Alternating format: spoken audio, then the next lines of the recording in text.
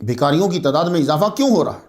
بھکاریوں کی تعداد میں اضافہ جو ہے یہ ہمارا ہاتھ ہے اس کے اندر، ہم سب کا۔ ایک آدمی BA MA کرنے کے بعد بڑی مشکل سے اس کو بیچارے کو نوکری ملی، نوکری پہ لگا، تنخواہ ملی، کتنی ملی؟ 30,000۔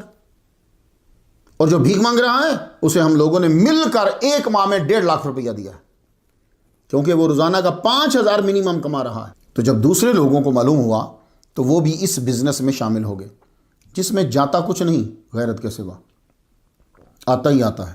امیر کی سہل پسندی نے پیشہ ور بھکاریوں کی تعداد میں اضافہ کیا۔ ہر بندہ چاہتا ہے کہ سخاوت کے فضائل بھی اسے مل جائیں، لقابات بھی اسے مل جائیں اور سستے میں مل جائیں، تو وہ 5 یا 10 روپے پیشہ ور بھکاریوں کو دے کر دل کو گنگی تسلی دے کے آگے بڑھ جاتا ہے، جبکہ اس نے پیشہ ور بھکاری کو انگارے دیے ہیں، پیسے نہیں دیے، انگارے دیے۔ حالانکہ خیرات دینے والے کا فرض تھا اور یہ اس پہ قرض تھا۔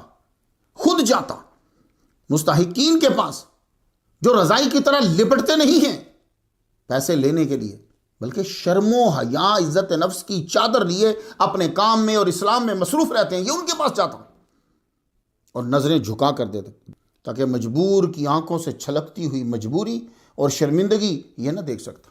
اہل بیت محمد مصطفیٰ صلی اللہ علیہ وآلہ وسلم کی بیٹی کے بیٹے جتنے آگے ہوئے ہیں، انہوں نے کبھی بھکاری جو مانگنے آیا مستحق، اس کی نظروں میں نظریں ڈال کر کبھی خیرات نہیں دی۔ امام زین العابدین جب بھی دیتے یوں نظر نیچی ہوتی آپ کی اور یوں دے دیتے، جو دروازے پہ بھکاری آتا یوں دے دیتے۔ اللہ اکبر جل شانہ۔